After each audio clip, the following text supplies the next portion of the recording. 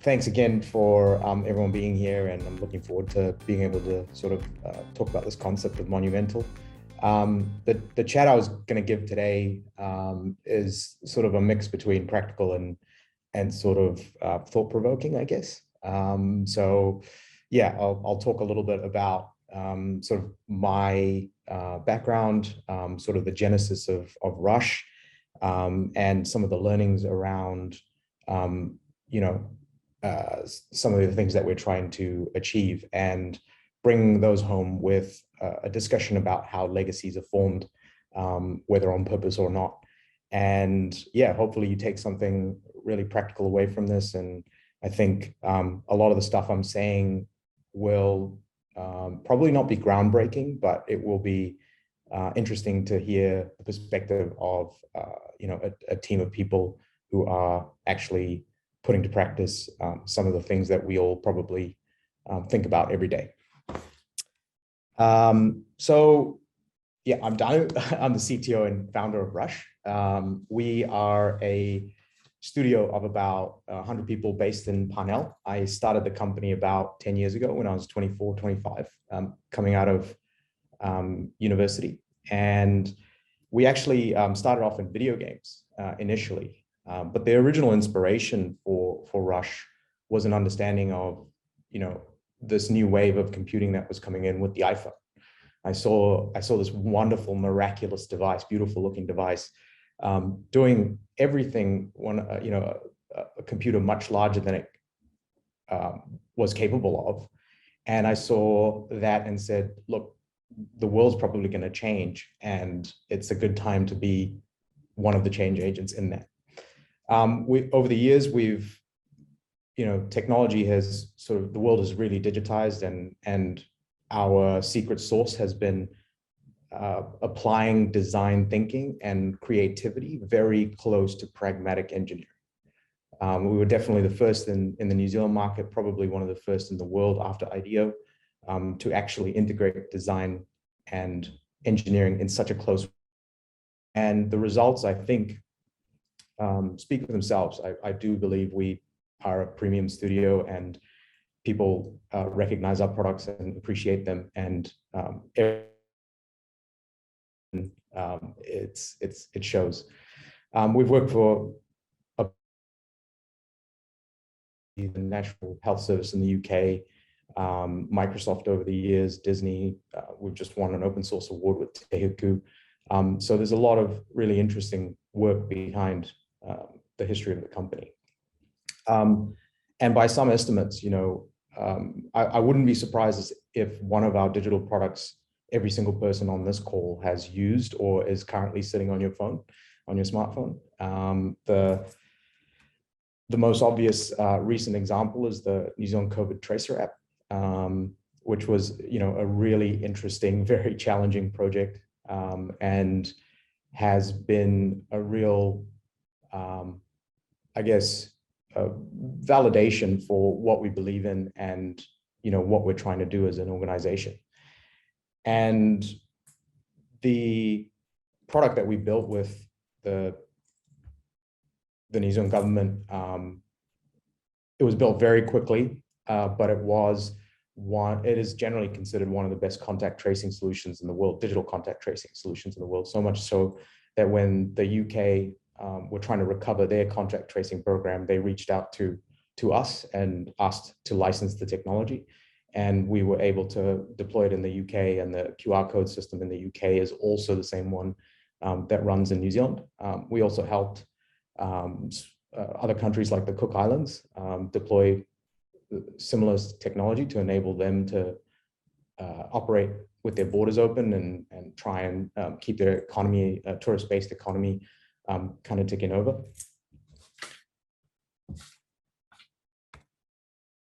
And I guess the theme that you might see in our work is really aligned to our mission statement. And that mission statement has evolved over years, from a genesis of just doing good to much more clear sort of proposition around designing and building technology to better serve humankind.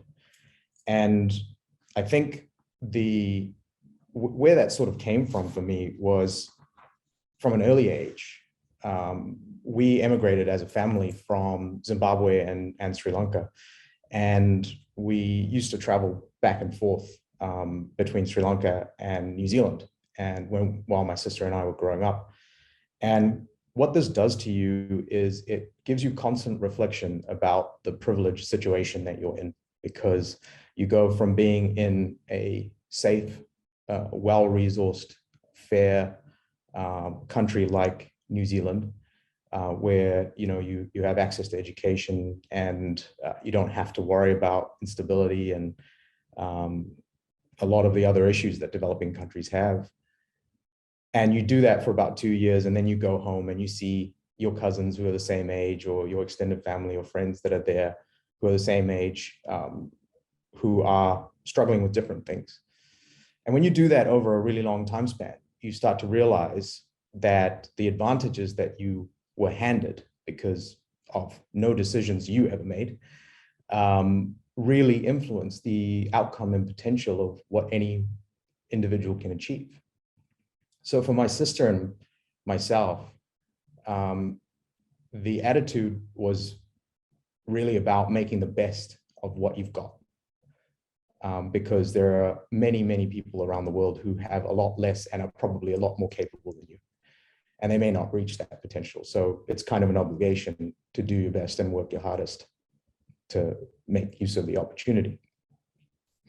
And I think what that does is it really ingrains a value system in you. And I think a lot of everyone will have a different experience that they draw on. And no one experience is more valid than another. But I think these shared values actually emerge and strengthen through those experiences. And when I was younger, I used to contract on the internet. When I was about 14 or 15, I pretended like I was a guy in Iowa, age 25. And I used to go on freelancing websites and do small contracts. And, no one ever really cottoned on, but yeah, I had a few little ventures like that where I learned the ropes about doing business. And one thing that you really end up thinking about is, you're in a capitalist system and you're doing work for profit. And capitalism has had a role in many of the challenges and problems that society has today. If you compare sort of a pre-capitalist era, yes, there were problems and inequalities and different inequalities back then, but in the context of today, the scale of the problems in terms of environment, in terms of poverty, in terms of decolonization, these are all predominantly, tightly coupled, if not caused by capitalism. So when you're growing up and thinking about all of this stuff, and you've got a value system that also questions this, you start to think about, why can't capitalism also fix these problems? Because it was able to create them, right? So it's a resource allocation type thing. So if you allocate resources to fixing the problems, then theoretically, it should really work. And this is really where the genesis for Rush came from. Was if you can take an existing system like capitalism, because you can't really throw it out easily, can you apply a strong value system and get a better outcome? And I think timing is really everything. I think Rush as a company, if it tried to exist 5 to 10 years prior to when we sort of established and found our groove, I actually don't think it would work. I think, I don't think we're doing anything really revolutionary. I think we are one of the leaders in the space, but I think this is the ambition, the mission statement, the story I just told about where this genesis came from. I think it's in most of our generation. I think it's actually even in our parents' generation and the generation before them. I think the thing that we probably don't necessarily appreciate is when these problems were being developed, we didn't necessarily know that they would become such big problems, because the internet didn't exist 60 years ago. We weren't a really tight globe. We weren't that united. We didn't communicate, and we didn't have the science and technology and and understanding of the natural world that we have today to be able to project out what could happen, what the consequences of things are. And I think even now, even though timing is about right, it's still really hard because there are companies that purely operate on profit and they don't necessarily have to choose which work they do. So as an organization that has a sort of a good capitalism bent, you sometimes have to walk away from opportunities in business that you wouldn't walk away from under normal business circumstances, like not enough resource or bad pricing. There could be a fantastic business opportunity sitting in front of you, but your value system prevents you or stops you or questions whether you should be doing that work. And what that means is that actually you have to work twice as hard compared to a company that is willing to just do whatever work is available. So it's still a really difficult model. It's actually still unproven, but there have been precedents in the past. And I think one that really sticks out for me is when I was younger, I stumbled across a Wikipedia page for an interesting guy named Robert Bosch from Germany. And I found that his legacy was very interesting. And there's that word, legacy. And I just want to talk a little bit about the Bosch Company, because yes, it's that Bosch Company. It is the definition of a global engineering conglomerate. And it was founded in 1886. It has turnover of over 77 billion euros, about 130 billion New Zealand dollars. And it has 400,000 employees, nearly 65,000 research fellows globally. I mean, that is a huge company. And it invented things like ABS, fuel injection, and has the ability to claim things like every single type of transport in the world has a Bosch part or intellectual property in it. And that is a really huge, massive company that's integrated into the world. It's existed for over 130 years. And that's actually a photo of Robert Bosch and some of his apprentices. The really interesting thing that really stuck with me and was one of the things that said, hey, maybe a business like Rush could exist, and maybe businesses like Rush could exist, was that it was actually a charitable trust was formed after his passing in the 60s. And that massive conglomerate is actually 92% owned by a charitable trust. And the really interesting thing and the really salient point here is, I bet you before this call, if none of you had ever seen that Wikipedia page, you wouldn't know that Bosch was a charity, effectively. And I think that is the thing that tipped me over the edge, that said, we don't need to appeal to people's heart necessarily to do good. We can do good business on the basis of it's good business. And we can still then do good with that. We can still have a guiding light and a value system that means that we can give back to the world and we can take care of our environment and our people and all of those things.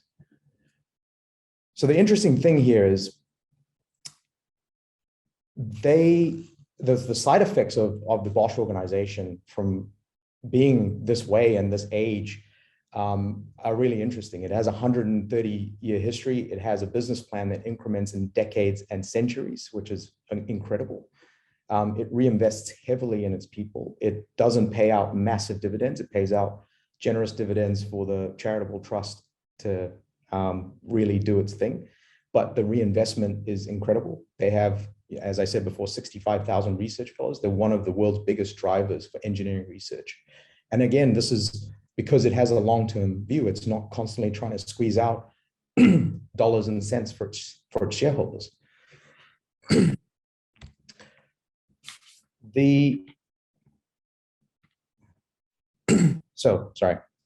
So evolving that concept, we sort of articulate what Rush's model is very slightly different, in that our goal is really to use our privilege, influence, and our work being the key thing there, to help alongside everybody else who's sort of driving for this good capitalism approach to create a template for doing good business. And I think the really big difference there and the critical difference there is that we try and do it in our work. Whereas traditionally, we've had a lot of entrepreneurs like Bill Gates and J.R. Tata and Carnegie Mellon, Bill Gates, Robert Bosch, who have had a business that's been really successful. And then as part of their legacy, when they're reaching sort of that retirement age, decide to lean into philanthropy. And I think the reason for the difference is because we have kind of lost the advantage of a blank canvas. Our generation now has to fix the problems that we have as we go. We don't have the luxury of waiting for the end of a career. And also, if you look at Bosch or Microsoft, they have defense contracts. They have, Bosch was involved in the Dieselgate scandal with Volkswagen. And that's because the separation of the business from the charity meant that the business was just doing business. And the charity was then left to sort of do the good afterwards, right? Whereas our generation, we've kind of run out of time to be able to take 50 or 130 years to build up a conglomerate to then try and solve the world's problems. And so that's where the slight variation for Rush, in that we are trying to do it in our work. It's really a time-saving thing.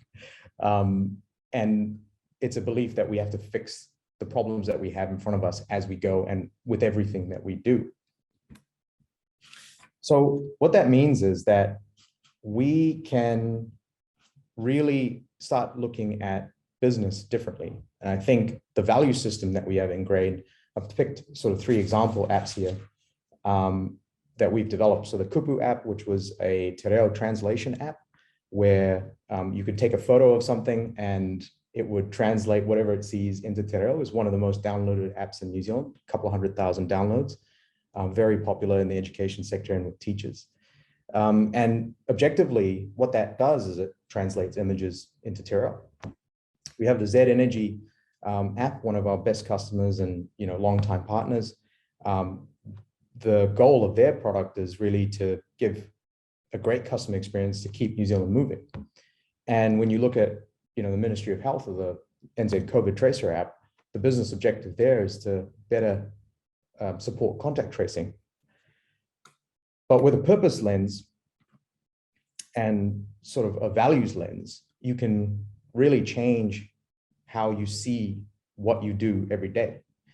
And I think when you make that purposeful sort of environment like Rush, what you get is, help to preserve a culture. You get help to transition to a fossil-free future, and you get help to save lives. And that's a perfect example of where being purposeful about what you're doing and why you're doing it can really change your perspective on why you're doing something and why you should bother. And again, it has beautiful side effects. People who come to work at our organization are really dedicated. And I think the reason we build better products is because the lens is on a purpose lens. It's not necessarily a business objective lens. Those two things have to coexist. But if you know that you're building a product that has to save lives, you really, every single person in the building, from the janitor to the CEO, knows it has to work reliably and well.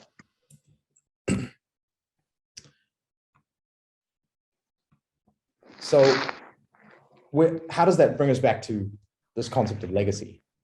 And I think what I've shown you there is that you can go through life without really thinking too hard about what you're doing. And you can still do good. For example, for Rush, I think we'd still be successful if we didn't have this purpose lens. But the reasons we're doing something would be different, and our course trajectory would be slightly different.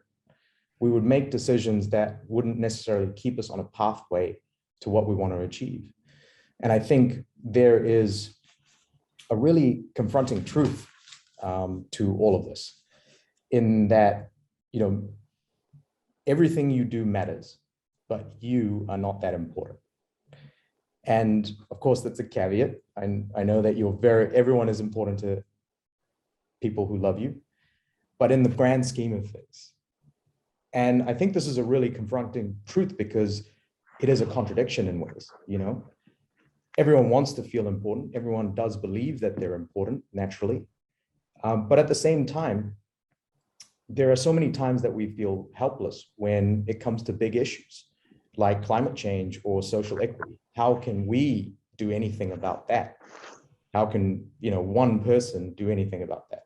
And hopefully you can see the contradiction there. We think we're important, but we don't think for some reason that we're important enough that we can make a change. And I think if you can accept this, that everything you do matters, but you're not that important, you get a certain sense of clarity. You kind of get over yourself to a certain degree. And I think that's how legacies are really formed. That's my opinion. So giving sort of a simple example, you know, many people might think about all of the problems that were created and how were they created? They were created by, you know, our ocean plastics problem. One plastic wrapper left to flow into the ocean. Social inequity or, you know, bad, you know, politicians. How did that happen? One single vote in a democracy. How did we create the climate crisis? 1 liter of gasoline burned, right? Small increments. But the good news is you can do the opposite. And again, it comes down to having the clarity to know that everything you do matters, but we've got to do it all together. We've got to try all together, and you can make conscious decisions about what you're doing. And by doing those small things every day with a purpose, with a vision to why, you leave the legacy that you want rather than the legacy that is just created because you exist. And I think that's the key point, Rare, is that everyone leaves a legacy, whether you intend to or not. And if you can realize that this is the truth, then you can direct that legacy. You know, if you're aware of it, you can basically, you know, create the legacy that you really want. So how do we do this? I wanted to be a bit practical, and I thought about, you know, a simpler framework or just some ideas to start people thinking. There's 2 kind of key things that I think really contribute, and I think one of them is ego and self-importance, I think, and the second one is really how do you continue to execute every day? And I think those 2 things are really counteropposed. One is really philosophical, and one is really practical. But the truth of the matter is you kind of need to have both in order to achieve things. So I just wanted to talk about ego. It's something that we all have. It's something actually that I think we all need. But it is something that can easily get in the way of you achieving a vision that you have. And I think, you know, ego really shortens your sights, and it constantly expects reward. And if you were to remove that ego or subdue it, you get clarity, and it introduces pragmatism to the way that you solve problems. It becomes less about me and more about we. You stop seeking out this excess reward and recognition, paying dividends early, paying dividends regularly, growing 2% every year. I don't know if that rings a bell with anybody. And you start to think really long term. How do I reinvest? Is this something worth pursuing? Is there more to be had here that's aligned with where we want to go? Those are things that you can bring together if you let your ego and self-importance as an organization, as an individual, get out of the way. And I have the saying, don't get mad, get what you want. And I think you can only really look past all of the things that make us emotional when we're making decisions to be rational if you have this kind of approach. And when you think, if you think If you remove ego from the equation, I think one of the really important things that this does is it removes judgment. You become less judgmental. So when you approach a problem, the solutions that may have been disqualified by people judging that something is not worthy of their time or worthy in an approach become viable options. And I think you become more successful, or you increase your chances, because you're approaching a problem with a solution that maybe a lot of other people may have disqualified as an option. And I'll talk a little bit about how that manifests.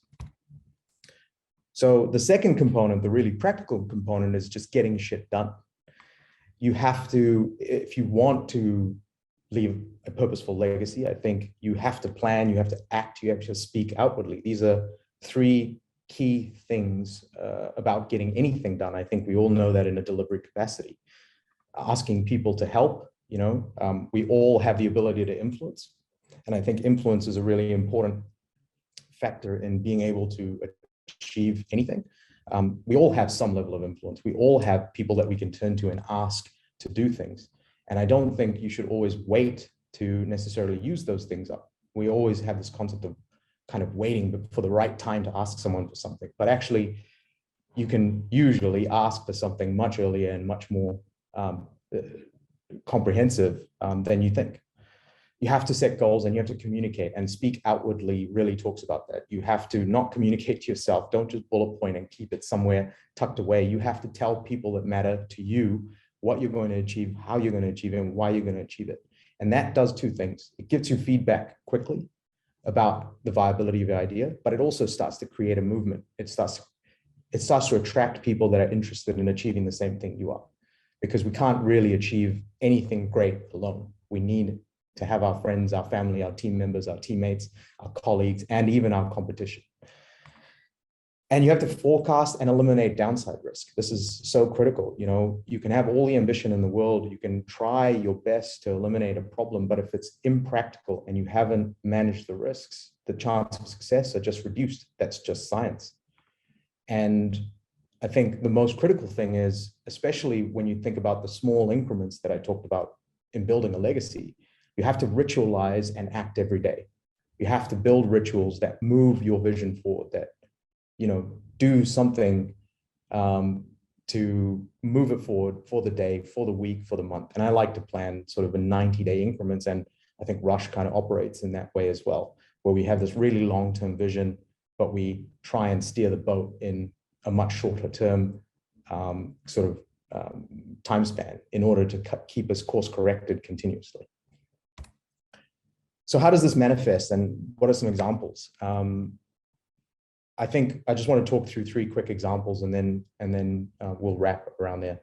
So Z is a really interesting one, because we've had, and I think this talks to the pragmatism and the action in the long game, and not being judgmental about how to solve a problem.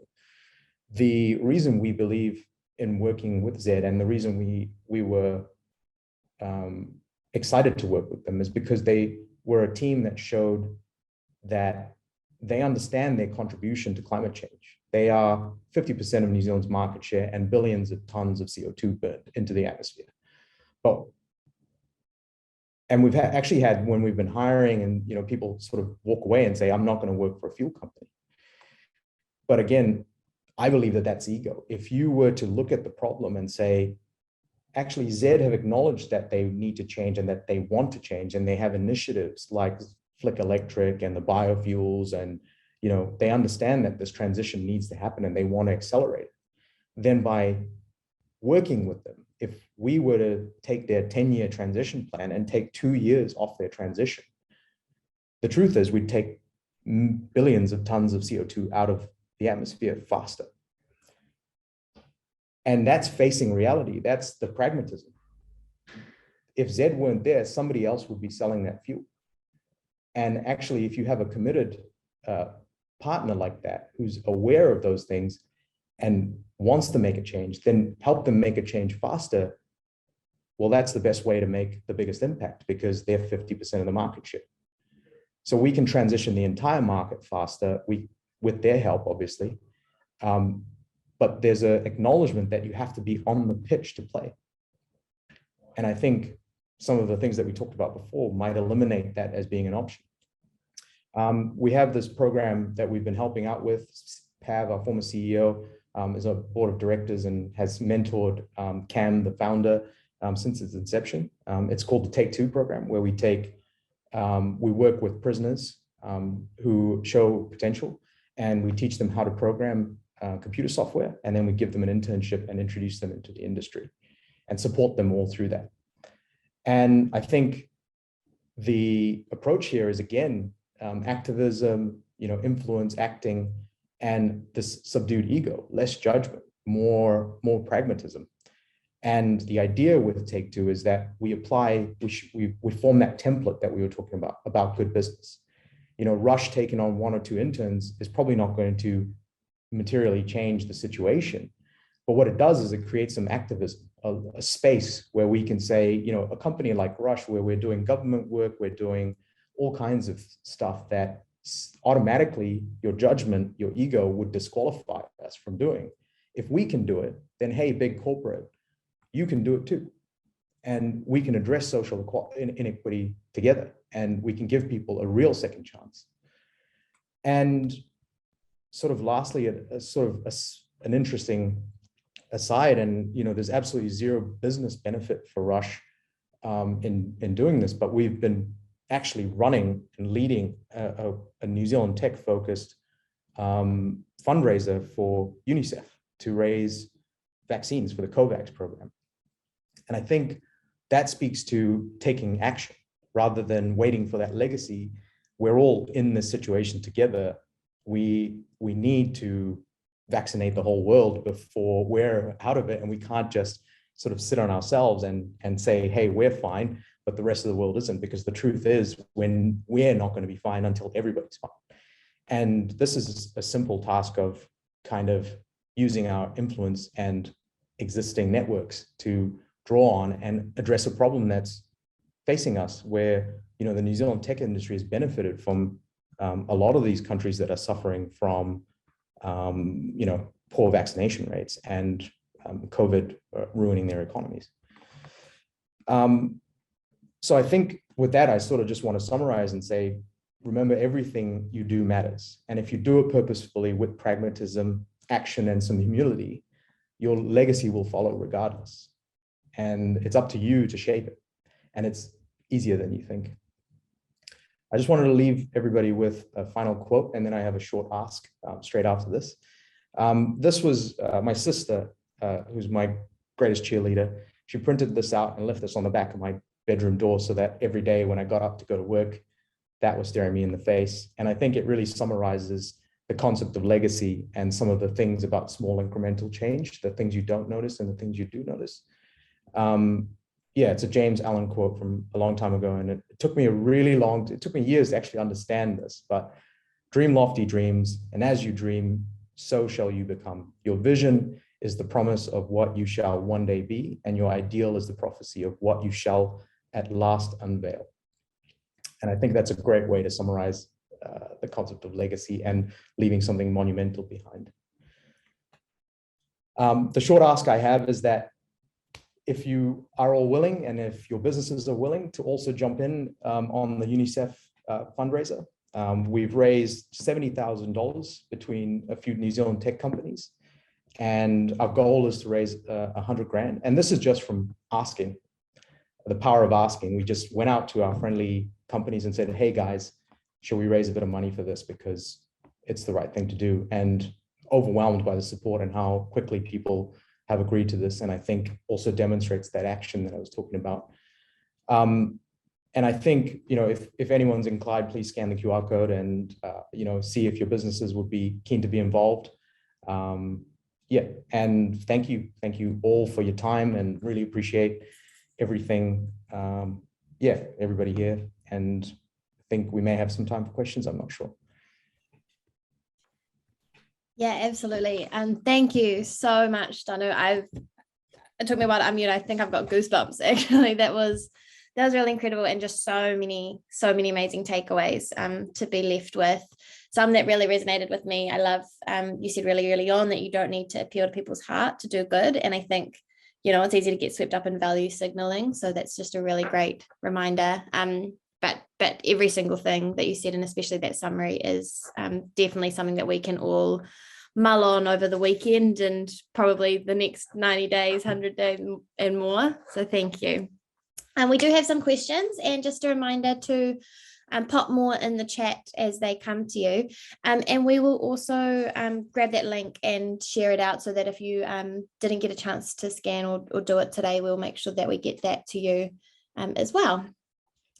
And the first question is from Ryan, who says, if you were to look back at your own Wikipedia page and when you founded Rush, what do you wish you had known then? Oh, I have considered getting a tattoo of some of this stuff on my arms, but there's not enough space. Like, there are so many mistakes. We had a little farewell for our CEO, Pav, just yesterday. It's 5 years. And I was talking about, in startups, if you make it past 3 years, you're sort of in the top 90%. If you make it past 5, you're in the top 2%. And if you make it to 10 years, you're like the top 1%. And there are so many moments where we really could have made the wrong call and we would be dead the next day. Like, there's 100%. And you just don't know some of these things. I think one of the biggest learnings is it's really, really hard to do it alone. A problem halved is a problem shared, however that adage goes. I think the biggest learning is that actually it's teamwork, and it's got to be, everyone has to be on the same page. And if you're not on the same page and there's clear signs of that, just part ways sooner. Because you'll both of you will get a better outcome if you're not on the same page, or if a team member's not on the same page. But I think that is really it, is you have to all be in the boat together, and it has to be more than one of you. And I think rowing in the same direction is critical. Yeah, that's probably the biggest one. That's awesome. That's that old ego coming back again, isn't it? Awesome. Then we've got one from Javier, which is, what project have you worked on that you're the most proud of, and why? Oh, that's a great question. I have a few favorites for different reasons. I think the one that I'm most proud of is, I think, COVID Tracer. It nearly broke us because of the uncertainty and the pressure and all of that. But there have been, I think after the fact, we weren't sure we were doing the right thing. We didn't know that digital contact tracing could actually help. But after the fact, there were studies published by Oxford and various other medical journals that crystallized an actual number of lives that were saved from the technology. Especially during the first couple of outbreaks where, Europe was being just absolutely rammed. And also just sort of recognition that New Zealand's COVID strategy was harsh, but it really did work. There are just moments where, you get information fed from the ministry that, a thank you email that says, hey, we cut down that contact trace down from 4 days to 3 hours, and it made the difference. Yeah, I think you just can't. You walk away with a ton of scars, probably missing a few limbs, but you still got a smile on your face. Yeah. I don't think anyone who works in technology would have envied the speed at which you had to get that delivered. Oh yeah, that I actually suspect we time traveled. That's the only explanation, really. It's the only explanation. Yeah. Awesome. Cool. The next one is from Powley. Love the purpose-led mindset. What's something in technology that's really exciting you right now? Oh, this is a great question. So there's this really interesting thing. We went through a phase when technology was new where we resisted nature. We used explosions to move shit and we use, the space shuttle. It's like it has to hit 11,000 kilometers an hour to break out of the atmosphere. Like, that's a ridiculous number, right? Like, and we're just burning tons of liquid oxygen to create enough force to jettison this thing out of the atmosphere. And what I'm seeing in technology is this approach of, hey, let's not fight nature, let's work with nature. And it's a beautiful thing to see as an engineer, because it's efficient, it's super efficient. A perfect example is this: 47% of the world's energy demands over the next 50 years are going to come from developing countries wanting air conditioning. Mm. So as those countries get better, they tend to be in hot equatorial areas. They're going to want to stay cool like the rest of us. Like, we have air conditioning, we take it for granted. People want it in their homes. And this concept of a heat exchanger, everyone acknowledges that this is a huge problem, because we simply can't fuel that much of an increase in energy without affecting the climate. There's this thing called a Stirling engine, which was invented in the 1800s that everybody forgot about, and is being resurrected in air conditioning. And it's a natural heat exchanger. It uses Newton's law of cooling to move hot air into a cold region with no additional energy. It's just using the laws of nature to create that cooling effect. Another example is this company called Spin Launch that basically slingshots a rocket out of the atmosphere. So it doesn't start on the ground and burn tons of fuel to get to here and make critical velocity. It's actually just a big spindle, and it just swings a rocket out. And then as it slows down, it starts the engines. And again, that's just using the laws of nature, momentum. So I think, and there are bridges and waterways and aqueducts that we had in Roman times that are, coming back, and we're trading off fuel pumps and water pumps for using gravity. So I think this new wave of technology where we're working with nature is probably the thing that excites me hugely. Yeah. Yeah. Awesome. I just had visions of this ride at Rainbow's End that does that. I'm like, that's what I'm scared of every time, is I'm going to end up in space. And now I know I could. I'm conscious some people have to head off to work. So thank you to all those who have. We will carry on recording so that you can catch the last of the Q&A. Danu, do you have a few more minutes just for the last few questions? Yeah. Absolutely. Awesome. Thank you. This is a great one from Mark, who has he remembers you telling him that you seek out systems thinkers as employees. Can you speak to that? Sorry, just cut up for a little bit there. Could you repeat the question? Sorry. So you seek out systems thinkers as employees. Mark remembers you telling him that. Can you talk to what that means? Yeah. Again, fantastic question. So happy about these questions. So systems thinkers. I think it's all about solving the problem at its basic principle level. So, for example, that spin launch system. If you look at that problem, every incremental version of a rocket is building on the belief that the first concept of a rocket was the right idea. Mm. So if you were to take that example a little bit further and say, the candle allowed people to read at night. And if you were to just make a bigger and bigger candle, that's actually how we typically solve problems today. Mm-hmm. But actually, sometimes you need a fundamental step change. You need to create the light bulb, or you need to create a giant slingshot to move everything that big step forward that's needed, right? Away from this incremental approach. And I think systems thinkers, people who think on, okay, this is the problem we're trying to solve, and these are the systems that interact that we can't change. The laws of nature, for example, we can't really change those, but they are a system that this thing interacts with.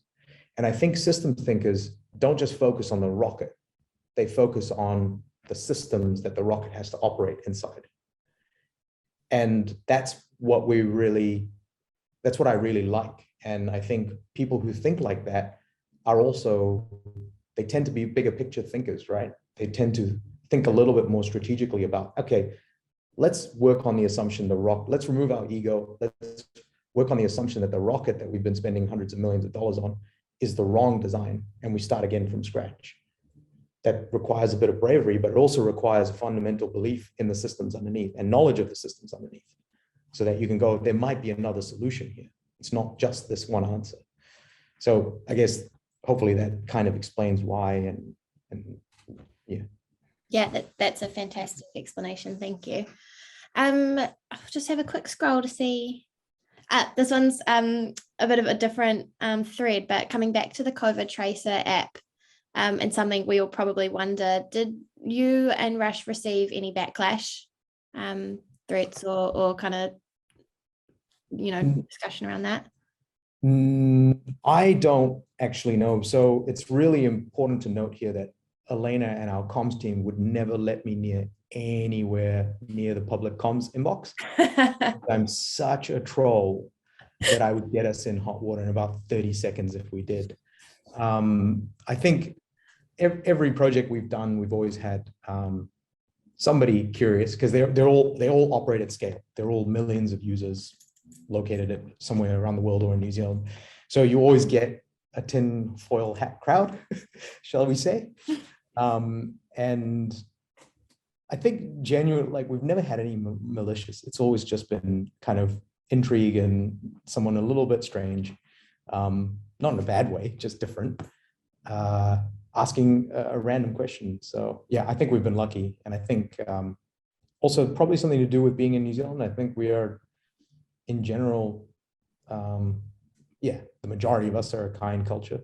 Mm-hmm. Cool, thank you. And Elena has added a little bit in there, which is absolutely, she is not letting you near that inbox, but that it's all been positive, which is really great.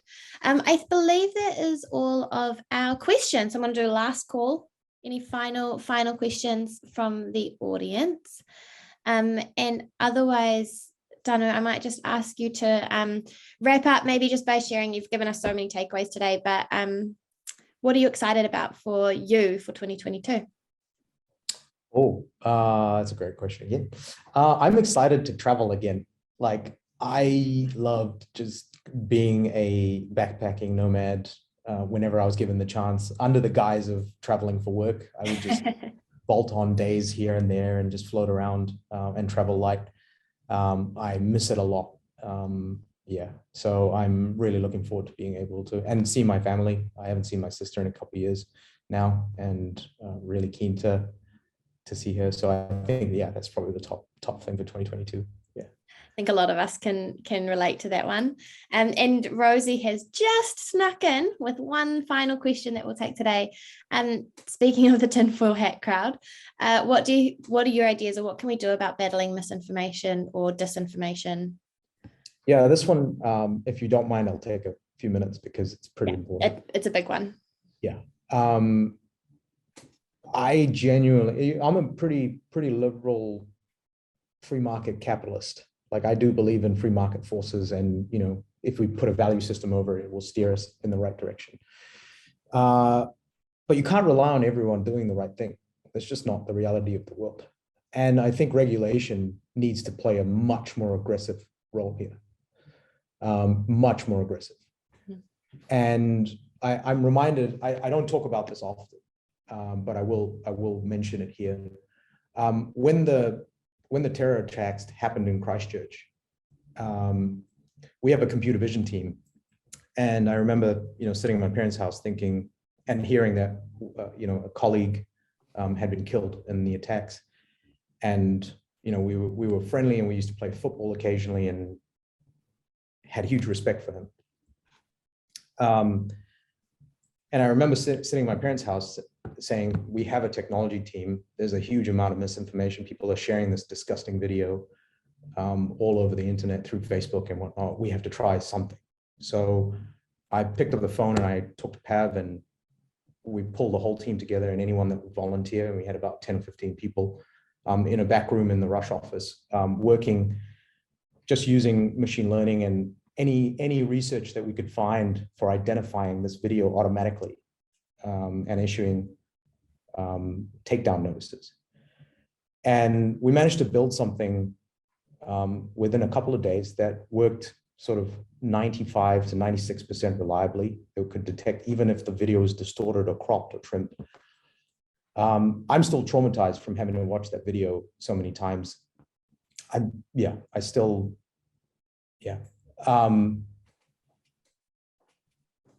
But we couldn't get any traction with it. We gave it to the New Zealand police. We gave it to Facebook. We told Facebook, we told YouTube. Google were fantastic. They're a partner of ours, and they said, we're on it. Our machine learning teams are working on it.